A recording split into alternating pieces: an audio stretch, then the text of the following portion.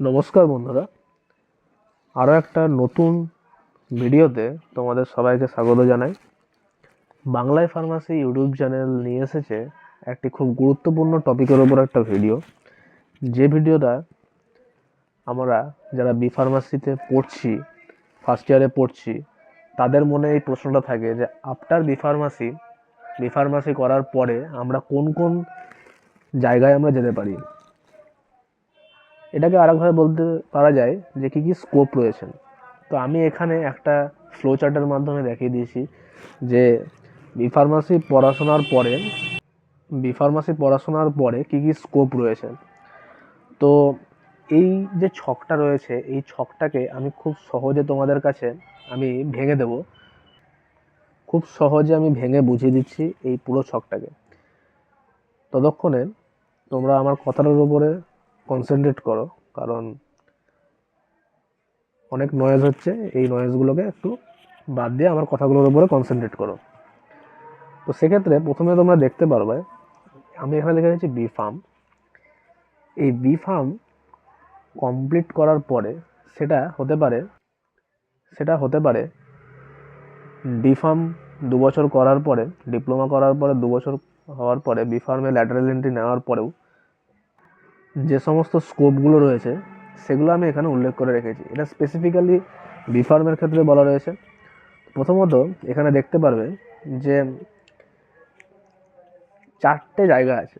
তুমি বি ফার্মের পরে তুমি ইন্ডাস্ট্রিতে যেতে পারো, সেলস অ্যান্ড মার্কেটিংয়ে যেতে পারো, গভর্নমেন্ট জবসে যেতে পারো এবং হায়ার স্টাডিজে যেতে পারো। তো প্রত্যেকটা টপিক আমি 1 বাই 1 আলোচনা করছি। ফার্স্ট অফ অল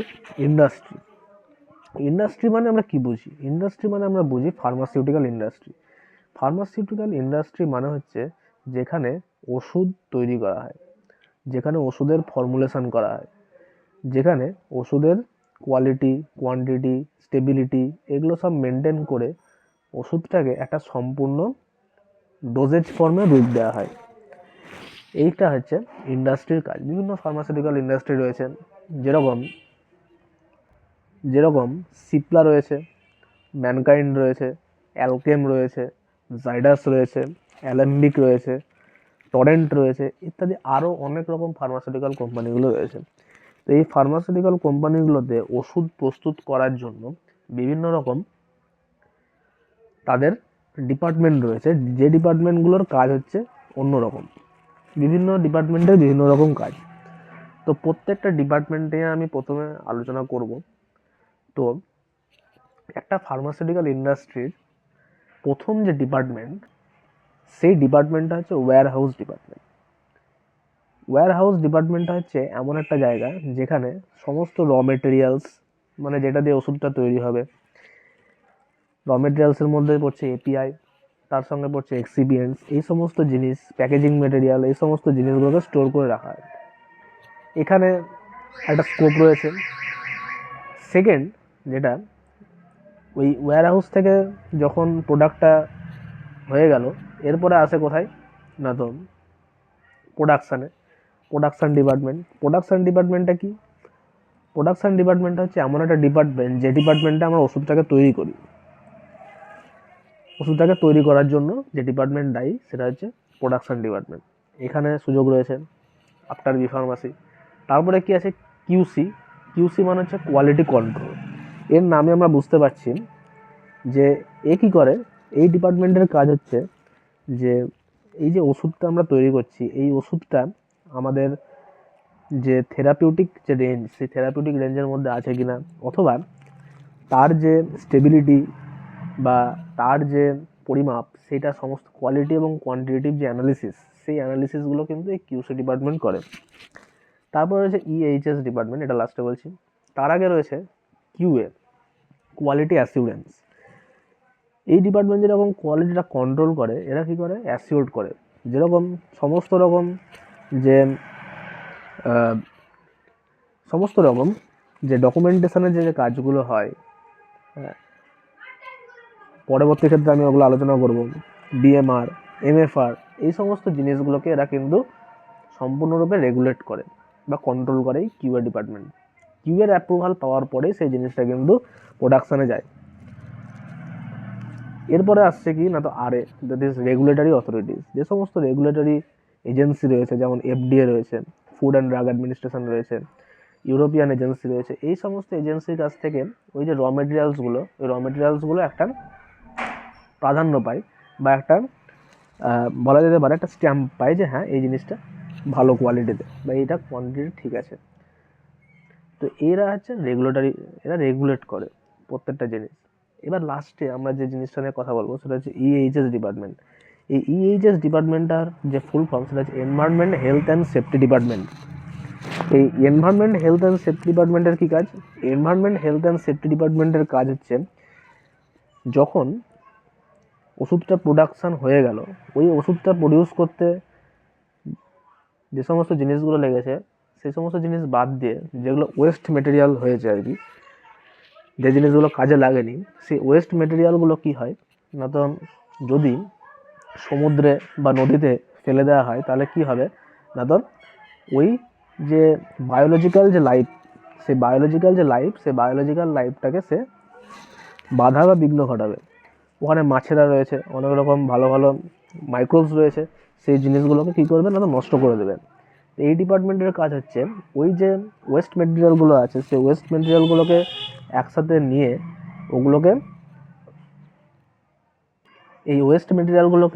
নিয়ে সেগুলোকে রিসাইকেল করা এবং পরবর্তীকালে বিভিন্ন কাজে ইউজ করা।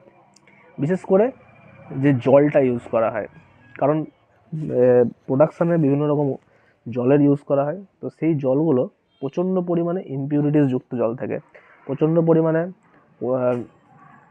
বিভিন্ন ধরনের ভারী ধাতব মৌল যে সমস্ত আছে, মার্কারি, যেগুলো খুব ক্ষতিকারক, সেই সমস্ত জিনিসগুলো দিয়ে তৈরি থাকে। তো তারা কী করে, এই জিনিসগুলোকে পিউরিফাইয়ের কাজ করে। এটা গেল। এবার আসছে ওষুধটা তো তৈরি হয়ে গেল, ওষুধটা তৈরি হওয়ার পরে তো ওটাকে বিক্রি করতে হবে, তার জন্য রয়েছে সেলস অ্যান্ড মার্কেটিংয়ে এমআর, মেডিকেল রিপ্রেজেন্টেটিভ, এবং তারপরে প্রমোশন হয়ে ম্যানেজার, বিভিন্ন রকম পোস্ট রয়েছে। আচ্ছা, এটা গেল। এরপরে রয়েছে গভর্নমেন্ট জবস। বিভিন্ন গভর্নমেন্ট জবসে যাওয়া যেতে পারে, অপরচুনিটি, খুব ভালো অপরচুনিটি রয়েছে। তার মধ্যে সবথেকে ভালো হচ্ছে গিয়ে ডিসিআই, ড্রাগ কন্ট্রোল ইন্সপেক্টর। এটা বিভিন্ন স্টেট লেভেলের এক্সাম হয় অথবা ইউপিএসসি লেভেলের এক্সাম হয়, এক্সামের সাথে তোমরা ড্রাগ কন্ট্রোল ইন্সপেক্টর হতে পারো। তারপরে কী আছে আমাদের রেলওয়ে ফার্মাসিতে গভর্নমেন্ট জব হয়। হসপিটাল ফার্মাসি আছে, তারপরে নেভি অথবা আর্মি ফার্মাসি আছে। তো এগুলো হচ্ছে গভর্নমেন্ট জবসের মধ্যে পড়ছে। এরপরে আছে কি না, তো হায়ার স্টাডিজ মানে বিফার্ম করার পরে হায়ার স্টাডিজ মানে হচ্ছে এমফার্ম করার পরে পিএইচডি। এমফার্ম হচ্ছে কোনো স্পেসিফিক যে সাবজেক্ট, সেই সাবজেক্টের উপরে মাস্টার ডিগ্রি করা বা স্পেসিফিকেশন করা, এটা হচ্ছে এমফার্ম।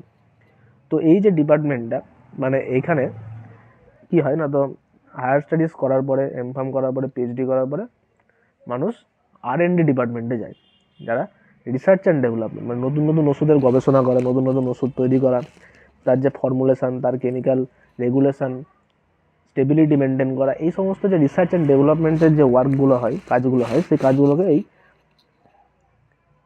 পড়াশোনার মাধ্যমে এই জায়গাটায় পৌঁছানো যায়। এরপরে একটা সেক্টর রয়েছে যেটাকে আমরা বলবো আইটি সেক্টর। এটা আমি এখানে লেখা নেই।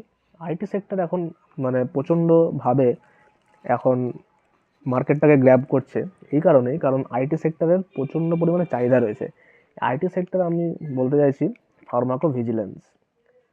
ফার্মাকোভিজিলেন্স রয়েছে, মেট্রো ভিজিলেন্স রয়েছে, এই সমস্ত বিভিন্ন আইটি সেক্টর রয়েছে, যেখানে কি করা হয় না, তো ড্রাগের যে মানে একটা ওষুধ মার্কেটেড হওয়ার পরে সেটা যখন মানুষজন খায়, তারপরে তার শরীরে কোনো অ্যাডভার্স ড্রাগ রিয়াকশান বা কোনো রকম কোনো টক্সিক এফেক্ট দেখা দিচ্ছে কিনা, বা কোনো রকম কোনো মানে অন্য ধরনের কার্যকলাপ যেখানে তার প্রাণও চলে যেতে পারে, এরকম ধরনের কোনো এফেক্ট হচ্ছে কিনা সেই ওষুধটা খাওয়ার পরে, এই ডিপার্টমেন্টটা কিন্তু সেটাকে ট্যালি করে, এই ডিপার্টমেন্টটা কিন্তু ওই ডাটাগুলোকে অ্যানালিসিস করে।